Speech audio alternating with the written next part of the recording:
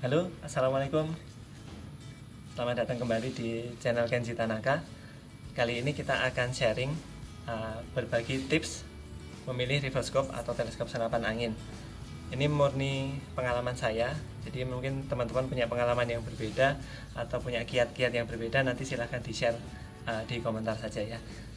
Jadi teleskop itu ibarat orang, teleskop ini adalah matanya. Jadi kita membidik pasti akan membidik teleskop atau membidik dengan visir. Nah, tapi membidik dengan visir ini punya kelebihan atau kekurangan. Kelebihannya jelas dia simple, tapi kekurangannya cukup banyak dan susah-susah gampang, bukan gampang-gampang susah.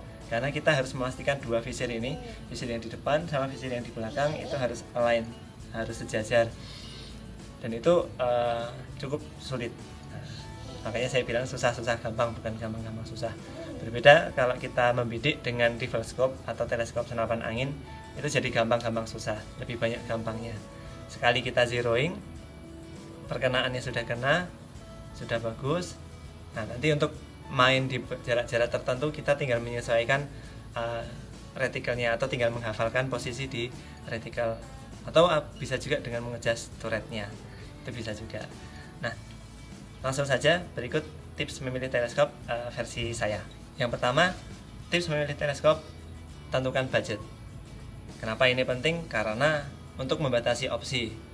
Jadi kecuali kita dananya nggak terbatas, itu bebas. Mau teleskop yang mahal boleh, mau beli 1, 2, 3, 4, 5, 6 teleskop boleh, itu kalau dana nggak terbatas.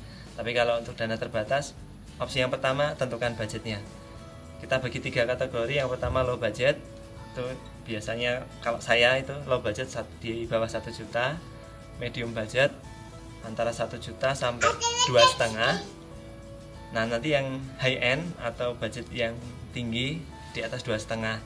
Penentuan low, medium atau high end ini tergantung kita sendiri ya yang menentukan. Yang jelas dalam menentukan budget ini jangan sampai mengambil pos anggaran rumah tangga. Jadi pastikan untuk menentukan budget ini sudah SNI dan ISO. Sudah nanya istri dan istri sudah oke. Ini buat yang sudah nikah. Kalau yang belum nikah ya asal uang jajan nggak berkurang banyak, itu nggak apa-apa. Kemudian budget juga penting karena nanti kualitasnya akan seberapa. Jadi kita nggak bisa berharap lebih pada teleskop yang low end. Kita punya ekspektasi high end tapi budgetnya low end, itu juga nggak bisa. Jadi kamu dapat yang kamu bayar gitu. Ada harga ada rupa, biasanya seperti itu. Itu yang pertama, budget. Yang kedua, tentukan peruntukan. Di peruntukan itu ada 2 ya, untuk hunting atau untuk lomba. Nah, yang pertama untuk hunting ini juga macam-macam. Ada hunting jarak dekat atau small game, ataupun jarak dekat ini juga bisa dengan hewan yang besar.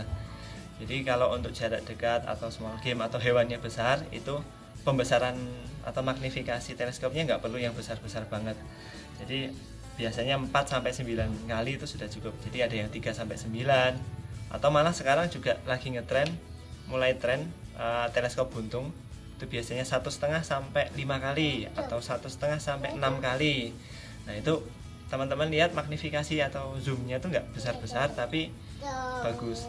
Jadi ini untuk small game, nembakin tupai atau nembakin babi yang besar, itu pembesaran 6 kali sudah cukup. Seperti itu. Plus kelebihan teleskop ini adalah enteng. Jadi karena zoomnya kecil mesti akan enteng. Yang kedua, untuk hunting medium atau jarak menengah. Biasanya ini yang hobi nembakin burung ya, nembaki burung, tekukur, punai gitu, pakai magnifikasi yang medium. Atau kalau small juga boleh, asal matanya cocok. Pakai yang pembesarannya sekitar 6 atau 9 kali, bisa juga 12 kali, itu juga masih oke. Atau yang lebih juga boleh sih, boleh-boleh aja, sah-sah aja untuk medium. Terus yang ketiga, hunting long range. Nah, kalau long range ini karena kita main di jarak yang cukup besar atau cukup jauh gitu, 50 meter lebih, itu semakin tinggi zoom semakin bagus. Cuman konsekuensinya kalau makin tinggi zoom biasanya teleskopnya akan makin berat. Nah, karena makin berat nanti akan movingnya susah. Tapi biasanya teman-teman akan kompensasi pakai bipod ya, pakai bipod atau nyanggong di tempat tertentu yang spot yang sudah PW, pasang bipod, nyanggong di situ, tinggal jedar-jedar dapat banyak. Nah itu kalau teman-teman hobi long range. Kemudian peruntukan yang kedua ini untuk lomba. Lomba ini juga ada beberapa kategori untuk lomba menembak senapan angin. Misalnya ada metal silhouette itu ya, tripos itu 27 meter atau 33 meter itu. Terus kemudian ada multi range, ada juga bench rest. Nah masing-masing lomba ini beda tipe teleskopnya. Untuk lomba tripos yang zoomnya atau jaraknya tetap 27 meter atau 33 meter maupun multi range, ini biasa yang teman-teman pakai itu 4-16 kali. Biasanya bermainnya juga nggak di 16 ya, ada yang pakai di 14, ada yang 16, tapi beberapa ada juga yang suka sampai 18 atau 20, tergantung preferensi, sah-sah saja. Yang jelas makin tinggi zoomnya, nanti ketika teman-teman megang itu akan terasa goyangnya lebih besar. Jadi ada yang suka, saya mainnya zoomnya kecil aja, yang penting nggak terlalu goyang, asal pas retikelnya, crossnya itu pas dimensinya tak tembak kena. Nah itu ada yang seperti itu, sah-sah saja, kembali ke kita masing-masing. Kemudian untuk yang bench rest atau BR itu biasanya magnifikasi yang besar itu makin bagus. Teman-teman ada yang pakai 24 atau lebih, 30 kali, 40 kali, 50 kali bahkan untuk bench rest. Ini karena perlu presisi ya, jadi zoomnya biasanya tinggi. Dan untuk bench rest pakai dudukan, nah seperti itu, jadi nggak akan terlalu goyang. Jadi faktor teleskop ini akan sangat menentukan untuk bench rest. Tips yang ketiga, cari tahu kecenderunganmu. Jadi kecenderungan teman-teman ya, ada banyak fitur di teleskop. Yang pertama misalnya SFP atau SF, atau pakai yang FFP, second focal plane atau first focal plane. Bedanya apa? Second focal plane atau SF itu ketika kita zoom, retikelnya akan tetap, besarnya retikel itu tetap. Jadi ya retikelnya tetap, cuman kayak maju mundur gitu aja. Tapi kalau FFP, first focal plane, itu nanti ketika kita zoom, retikel akan ikut membesar. Nah jadi kita zoom lebih gede, retikelnya akan jadi lebih besar. Seperti itu. Masing-masing ada kelebihan dan kekurangannya. Teman-teman bisa cari tahu lebih lanjut nanti tentang SF atau FFP. Yang kedua, jenis retikelnya, retikel glass atau retikel crosshair. Tapi teleskop di pasaran sekarang rata-rata teleskopnya adalah retikel glass, bukan pakai crosshair, karena lebih tahan retikel glass ini. Yang ketiga, model retikelnya. Nah model retikelnya ini ada yang macam-macam, ada yang dot, jadi ada cross gitu, ada satu titik di tengah. Terus ada yang mil dot. Nah, mil dot itu ada beberapa titik di kanan, kiri, atas, bawahnya. Ada yang half mil dot, ada yang HK, ada yang BDC untuk hunting, macam-macam. Teman-teman bisa cari tahu itu di Google atau di fitur-fitur teleskop. Itu cari tahu retikelnya, kira-kira teman-teman paling cocok yang mana. Nah biasanya untuk yang multi range tadi ya, itu pakai yang mil dot atau half mil dot yang ada titik-titik di atas bawahnya, itu untuk, atau di kanan kiri. Nah ini untuk menentukan seberapa jauh sih kita main, di jarak berapa, kira-kira perkenaannya di bawah crosshair, di bawah cross atau di atasnya cross. Itu akan lebih memudahkan. Tapi beberapa orang justru terganggu dengan titik-titik ini. Ya udah, yang penting titik di tengah itu aja yang kita sasar, nanti tinggal main turret, itu sah-sah aja. Lagi-lagi ke preferensi masing-masing.